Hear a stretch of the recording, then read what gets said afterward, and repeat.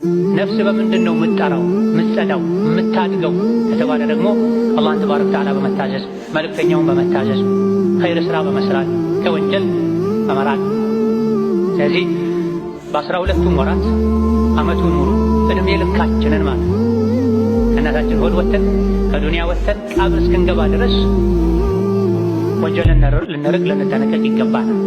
ወንጀል ዱንያንም አኼራንም ያበላሻል፣ ቀልብን ያደርጋል፣ ርዝቅን ያጠባል፣ አካልን ያደክማል፣ ልብን አእምሮን በአግባቡ ስራውን እንዳይሰራ ያደርገዋል። የኢማንን ኑር ፊት ሰውነት እንዲያጣ ያደርጋል። የሰው ልጅ ኸይር ስራ በሰራ ቁጥር ከወንጀል በራቀ ቁጥር አእምሮው ይበስላል፣ ልቡ ጤነኛ ይሆናል፣ አኼራን አሻግሮ ማየት ይችላል።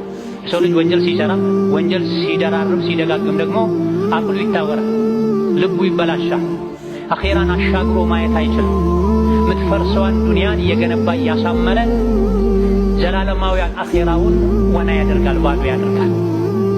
ይሄን የሚጋርደው አኼራን አሻግሮ እንዳያዩ ለአኼራ ይበልጥ እንዳይጨነቁ የሚያደርገው ወንጀል። አካልም ይደክማል፣ ይሰንፋል። ወንጀል በበዛ ቁጥር የሰው ልጆች ኸይር ስራ መስራት ዳገት መውጣት ይመስላቸው፣ ሶላትን በአግባቡ መስገድ ይከብዳቸው፣ ሰደቃ ለመስጠት እጃቸው ወደ ኪሳቸው አልገባም ይላቸዋል፣ ምላሳቸው ለዚክር አልንቀሳቀስም ይላቸዋል። ስለዚህ ወንጀል አካልን ያደክማል፣ ልብን ያደክማል፣ የልብ አይንን ያሳውራል፣ ለአኼራ እንዳይነሳሱ ያደርጋል። ወንጀል ሲደጋገም ደግሞ ይለመዳል፣ ይወደዳል።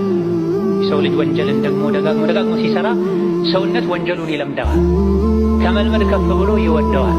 ይህ ደግሞ እንዳይተውብቱ በር ይዘጋል። ሳያቅድ ሳያስብ ወንጀል ላይ የወደቀ ሰው ቶሎ ተውበት የማድረግ እድሉ ሰፊ ነው። ወንጀልን የዕለት ተዕለት ስራው ያደረገ ልማዱ ያደረገ ሰው ወንጀል ከሰውነቱ ጋር ይዋሃዳል፣ ይላመዳል። ተውበት ማድረግ እጅግ በጣም ለሱ ከባድ ይሆናል። ሲበዛ የዕለት ተዕለት ስራ ሲሆን የዕለት ተዕለት ንግድ ሲሆን ደግሞ የአላህን እርግማን ያስከትላል፣ የመላእክቶችን እርግማን ያስከትላል። ወንጀል የሚሰሩ አላህና መልእክተኛው የከለከሉትን ሆን ብለው የሚዳፈሩ አላህ ይረግማቸዋል፣ ረሕመቱን ይነፍጋቸዋል፣ የተከበሩ መላእክት ይረግሟቸዋል። ለታዛዦች መላእክት እስትግፋር ያደርጋሉ፣ ዱዓ ያደርጋሉ።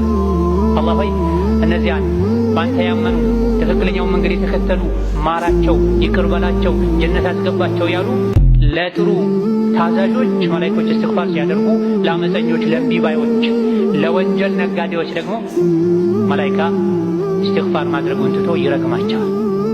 አላህ ሆይ ከረሕመትህ አርቀው ይላል። ሲበዛ ወንጀል